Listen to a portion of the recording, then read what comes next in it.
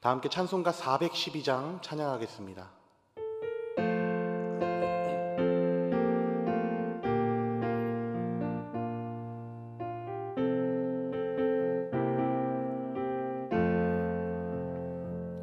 내 영혼의 극히 깊은 데서 맑은 가락이 울려나네. 하늘 곡조가 언제나 흘러나와 내 영혼을 고이 싸네.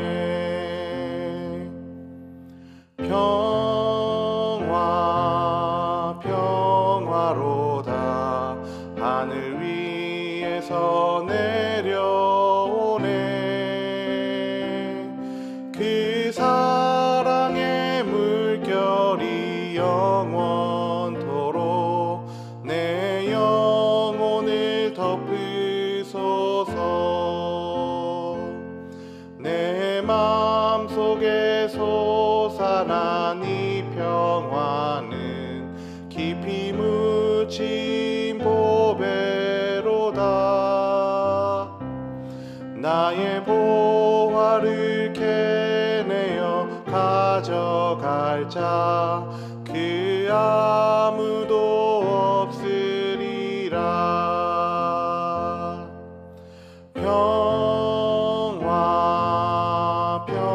평화로다 하늘 위에서 내려오네. 그 사랑의 물결이 영원토록 내 영혼을 덮으소서. 내 영혼의 평화가 넘쳐남은 주의 큰 복을 받음이라.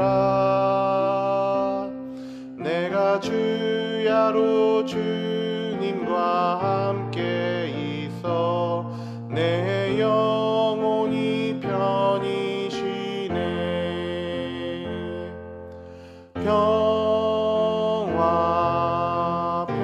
평화로다 하늘 위에서 내려오네.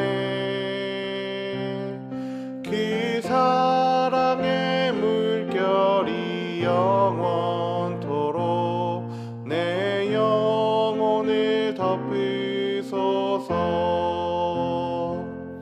이 땅 위에 험한 길 가는 동안 참된 평화가 어디 있나. 우리 모두 다 예수를 친구 삼아 참 평화를 누리겠네.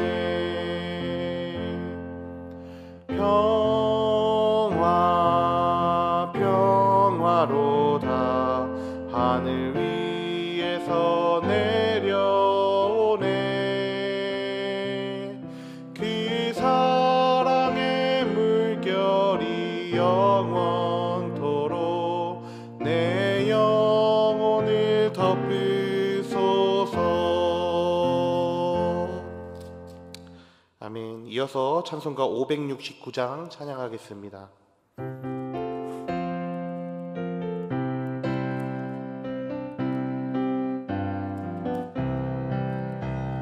선한 목자 되신 우리 주 항상 인도하시고 푸른 풀밭 좋은 곳에서 우리 먹여주소서.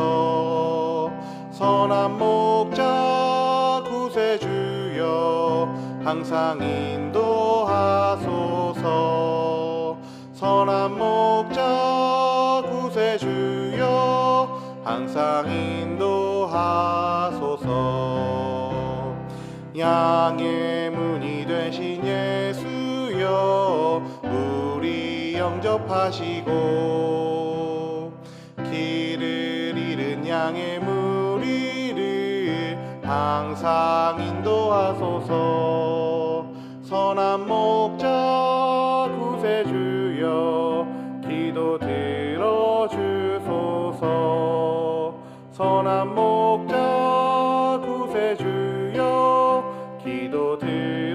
주소서. 흠이 많고 약한 우리를 용납하여 주시고 주의 넓고 크신 은혜로 자유 얻게 하셨네. 선한 목자 구세주여 지금 나아갑니다. 선한 목자 구세주여 지금 나아갑니다.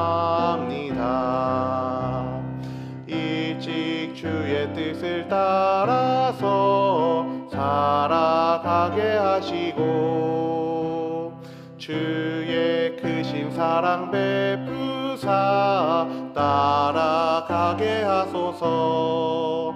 선한 목자 구세주여 항상 인도하소서.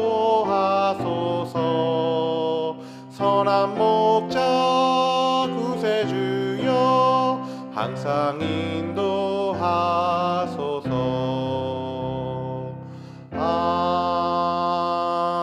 아멘. 다 함께 사도신경으로 우리의 신앙을 고백하겠습니다. 나는 전능하신 아버지 하나님 천지의 창조주를 믿습니다. 나는 그의 유일하신 아들 우리 주 예수 그리스도를 믿습니다. 그는 성령으로 잉태되어 동정녀 마리아에게서 나시고 본디오 빌라도에게 고난을 받아 십자가에 못 박혀 죽으시고 장사된 지 사흘 만에 죽은 자 가운데서 다시 살아나셨으며 하늘에 오르시어 전능하신 아버지 하나님 우편에 앉아 계시다가 거기로부터 살아있는 자와 죽은 자를 심판하러 오십니다. 나는 성령을 믿으며 거룩한 공교회와 성도의 교제와 죄를 용서받는 것과 몸의 부활과 영생을 믿습니다. 아멘. 오늘 우리에게 주시는 하나님 말씀은 빌립보서 3장 7절에서 11절까지의 말씀입니다. 빌립보서 3장 7절에서 11절까지의 말씀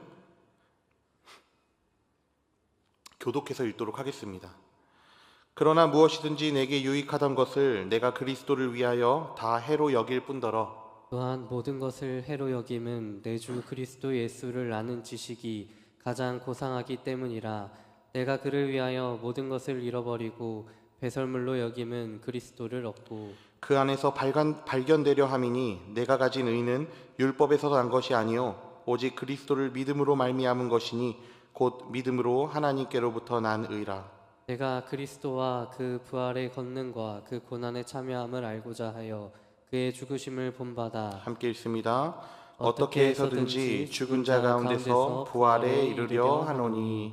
아멘. 할렐루야. 주님의 전에 나오신 모든 성도님들 가운데 하나님을 만나는 은혜가 가득히 임하시길 진심으로 소망합니다. 오늘 우리가 같이 읽은 이 빌립보서의 말씀의 저자는 바울입니다.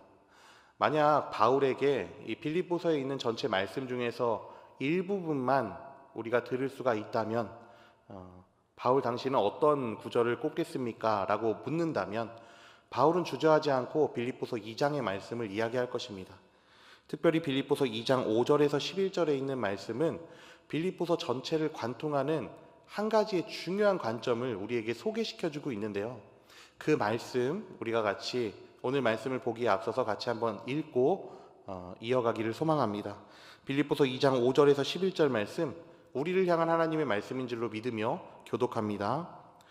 너희 안에 이 마음을 품으라 곧 그리스도 예수의 마음이니 그는 근본 하나님의 본체시나 하나님과 동등됨을 취할 것으로 여기지 아니하시고 오히려 자기를 비워 종의 형체를 가지사 사람들과 같이 되셨고 사람의 모양으로 나타나사 자기를 낮추시고 죽기까지 복종하셨으니 곧 십자가의 죽으심이라. 이러므로 하나님이 그를 지극히 높여 모든 이름 위에 뛰어난 이름을 주사 하늘에 있는 자들과 땅에 있는 자들과 땅 아래에 있는 자들로 모든 무릎을 예수의 이름에 꿇게 하시고 함께 읽습니다. 모든 입으로 예수 그리스도를 주라 시인하여 하나님 아버지께 영광을 돌리게 하셨느니라. 아멘. 네, 바울은 예수 그리스도를 품는 마음이 가장 중요하다라고 이야기를 하면서 빌립보서 전체를 이어갑니다. 오늘 우리가 빌립보서 3장 7절에서 11절 말씀을 볼 텐데 이 말씀도 마찬가지의 맥락의 이야기를 합니다. 이 말씀을 보기에 앞서서 우리가 어제 나눴던 말씀을 한번 같이 상기하길 원합니다. 바울은 빌립보 교인들에게 너희가 주 안에서 기뻐해야 한다라고 이야기합니다. 그 이유는 무엇입니까?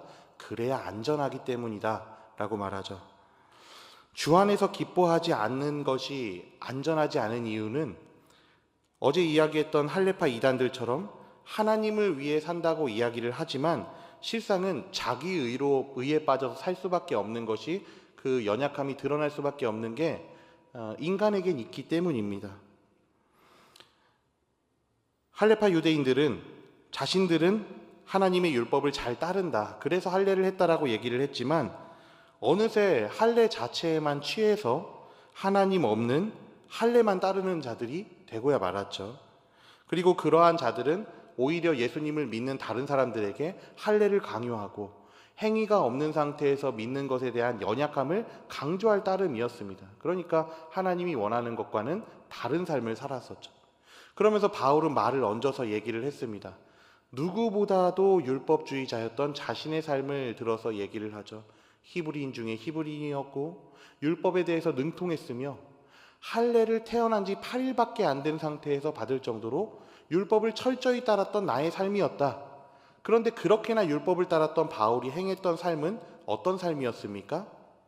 교회를 박해하는 것이었다고 얘기를 했죠. 그리고 교회를 박해하는 가운데 생명을 가장 중요하게 여기시는 하나님이신데 그 생명을 해치는 일까지도 바울은 서슴지 않았었습니다. 그러니까 하나님을 위해서라고 그래서 율법을 따른다라고 말을 했었지만 어느새 율법이 하나님이 되어버려서 하나님 없는 자처럼 살아버리는 행위가 율법을 의로 삼는 자에겐 있다. 이걸 우리의 삶의 자리로 옮겨오면 어떻다고 했습니까?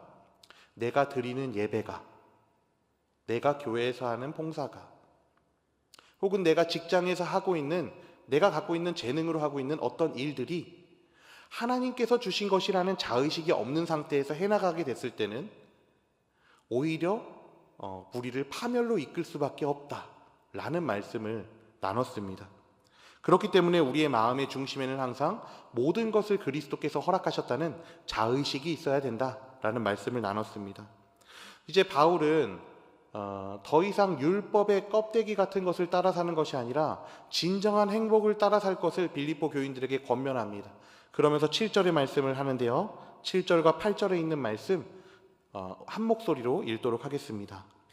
그러나 무엇이든지 내게 유익하던 것을 내가 그리스도를 위하여 다 해로 여길 뿐더러 또한 모든 것을 해로 여김은 내 주 그리스도 예수를 아는 지식이 가장 고상하기 때문이라. 내가 그를 위하여 모든 것을 잃어버리고 배설물로 여김은 그리스도를 얻고. 아멘.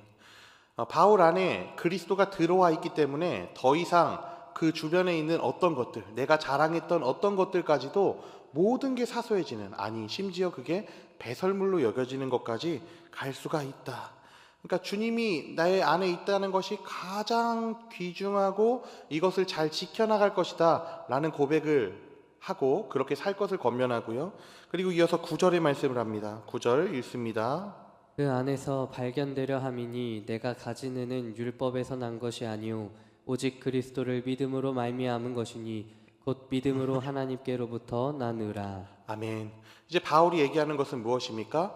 나의 의는 이전에는 세상 안에서 얻는, 율법 안에서 얻는 의였다면 이제는 예수 그리스도로 말미암는 의로만 내가 살기로 결정하겠다라고 얘기를 합니다. 그럼 구체적으로 예수 그리스도를 의로 삼아서 사는 사람의 구체성은 어떤 삶을 사는 것입니까? 우리 10절과 11절에 있는 말씀 읽겠습니다.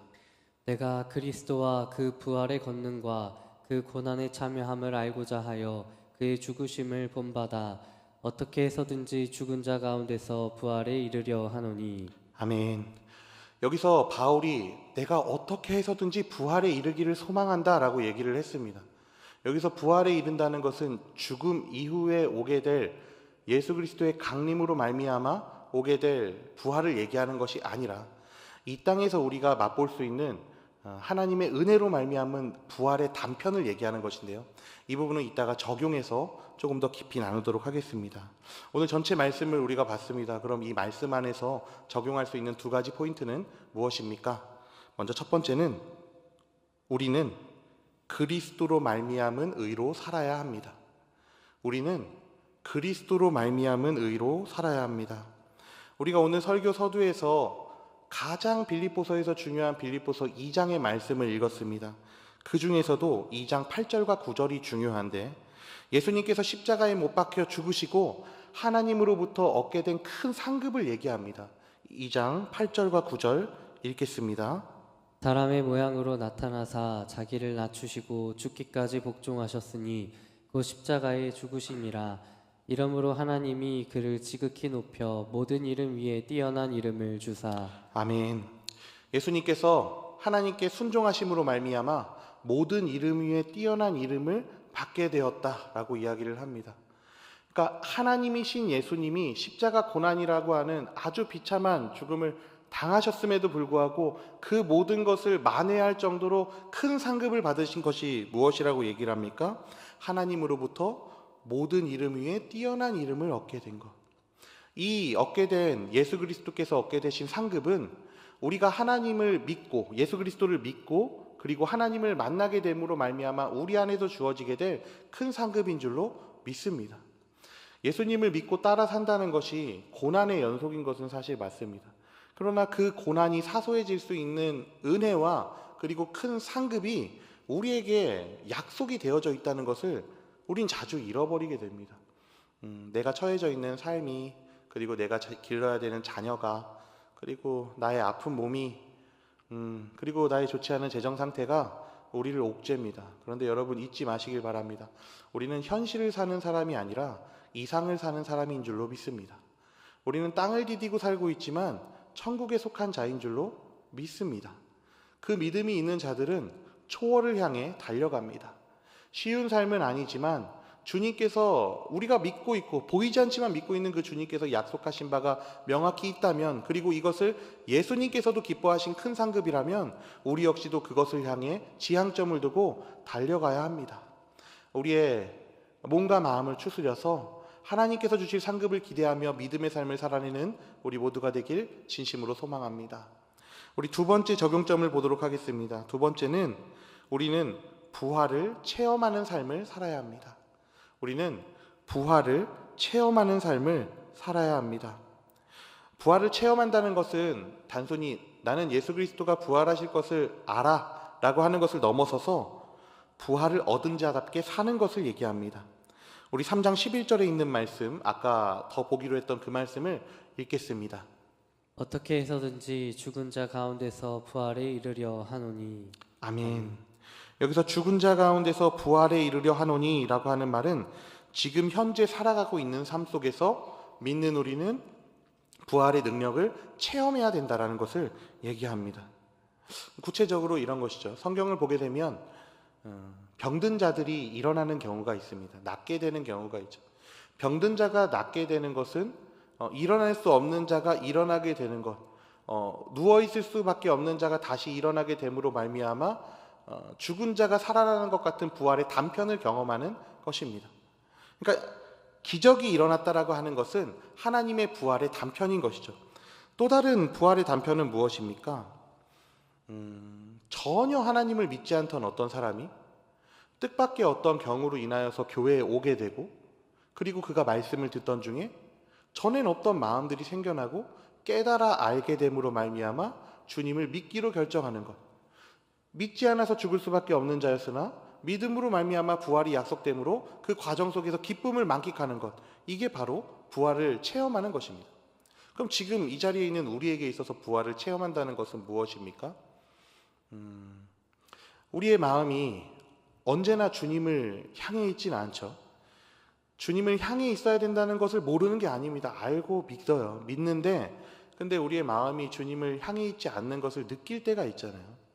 그렇게 해서 어떻게 예배를 나오게 됐는데 예배를 드리던 와중에 말씀이든 기도든 찬양이든 타다남은 부지깽이 같은 내 마음에 무언가 새 불길이 일어나는 것을 느끼는 것입니다. 그리고 나도 이전처럼 살고 싶지 않고 이제 새 마음을 갖고 살아야지라고 하는 그 마음이 하나님이 늘 원하셨던 그 마음과 합일이 되는 거예요. 그러면서 세상이 줄 수 없는 기쁨과 감격이 내 마음 깊은 곳에서 일어나는 그 경험, 그게 바로 부활을 체험하는 것입니다. 이렇게 부활을 체험하는 사람들은 큰 감격과 은혜를 누리게 됩니다. 그 은혜 속에서 행동하는 것은 무엇입니까? 필연적으로 일어나는 것은 무엇입니까? 10절의 말씀이 일어나죠. 10절 읽습니다. 내가 그리스도와 그 부활의 권능과 그 고난에 참여함을 알고자 하여 그의 죽으심을 본받아. 아멘. 얘기하는 것은 무엇입니까? 고난이 찾아온다라고 얘기를 하고 있습니다. 11절의 말씀을 통해 우리는 그리스도의 의로 사는 자들은 예배를 통해 혹은 뜻밖의 은혜를 통해 세상이 누릴 수 없는 부활의 기쁨을 누리게 된다고 얘기했습니다. 그 기쁨을 누린 자는 필연적으로 안 하던 행동을 하게 되죠. 그럼 고난을 받는다는 것은 무엇입니까? 안 하던 행동으로 말미암아 얻게 되는 고난입니다. 예를 들면 이런 거죠. 용서해 보는 것입니다. 내가 나의 성품을 압니다. 나는 용서를 할 수 없는 사람이에요. 그러나 부활을 체험하게 됨으로 말미암아 용서를 해보기로 마음 먹는 겁니다. 또 하나는 이런 거죠. 내 재물을 나누는 것입니다. 나는 나를 압니다. 난 내 재물을 나눌 수 없어요. 내 가족에게 겨우 나눌 뿐이에요. 그렇게 아등바등 살고 있는데 내 마음 안에 주님께서 주신 부활의 체험으로 말미암아 나누고자 하는 열망이 생기고 실제로 나누는 것이죠.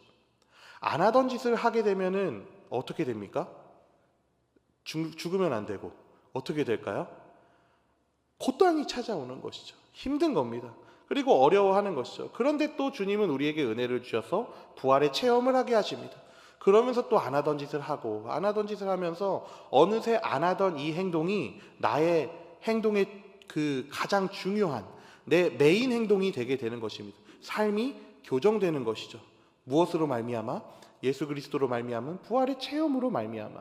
그리고 바울이 오늘 얘기했었던 그 우리로선 지금의 우리로선 할 수 없는 그 고백, 내가 예수 그리스도의 의 외에는 모든 것을 배설물로 여긴다라고 하는 그 고백이 바울도 1년의 시간들을 통해서 우리도 1년의 시간을 통해서 그 고백이 일어날 수 있다라고 오늘 본문은 가르쳐주고 있는 것입니다. 그런 고난이 찾아왔기 때문에 우리의 삶이 힘들기만 합니까? 아니요. 바울은 얘기하죠. 40에 하나 감한매를 맞고 이제 배가 부셔져서 죽음의 위기를 처하고 다 큰 어른이 이제 조롱박 같은 거에 매달려가지고 겨우겨우 내려오는 도망자의 인생을 살았음에도 불구하고 바울은 기쁘다고 얘기하지 않았습니까? 세상이 주는 유한한 기쁨이 아니라 부활의 체험에서 오는 영원한 기쁨이 바울을 지배하게 됐던 것처럼 우리 역시도 그렇게 주님께서 주시는 은혜를 쫓아 매일매일 그 은혜를 연습하다 보면 어느새 세상이 줄 수 없는 큰 기쁨과 감격이 우리의 삶을 휘감게 될 줄로 믿습니다. 그렇다면 이제 이 은혜를 갖고 우리가 기도해야 될 내용들은 무엇입니까? 2가지 기도하길 원합니다. 주님, 우리의 삶의 가장 큰 상급이신 예수 그리스도를 믿고 따라 살게 하여 주시옵소서. 그분을 가슴 중앙에 모시고 그분 중심으로 살아가는 우리가 될 수 있도록 인도하여 주시옵소서. 2번째로 기도할 것은 부활의 능력을 체험하게 하여 주시옵소서.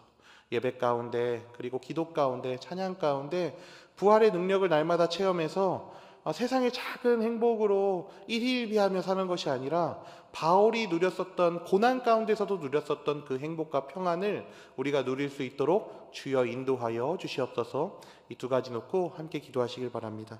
제가 기도하겠습니다.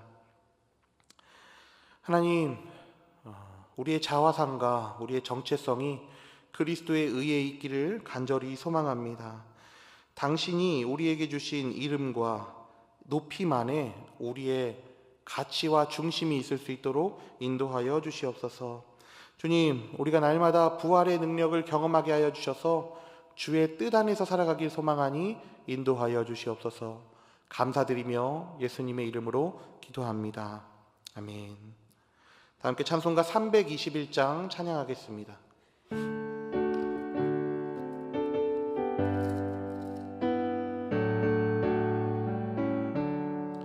날 대속하신 예수께 내 생명 모두 드리니 늘 늘 진실하게 하소서. 내 구주 예수여, 나 구주 위에 살리라. 내 기쁨 한량 없으리. 내 갈 길 인도하소서. 내 구주 예수여, 날 구원하신 예수를 일평생 의지하오니 날 영접하여 주소서. 내 구주 예수여, 나 구주 위에 살리라. 내 기쁨 한량 없으리. 내 갈 길 인도하소서. 내 구주 예수여, 주 십자가에 달리사 날 자유하게 했으니 내 몸과 마음을 주 위해 다 쓰게 하소서. 나 구주 위에 살리라. 내 기쁨 한량 없으리. 내 갈 길 인도하소서. 내 구주 예수여.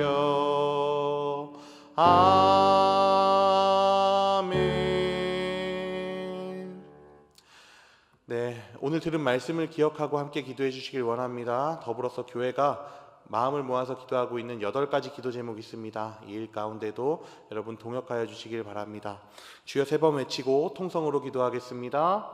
주여, 주여.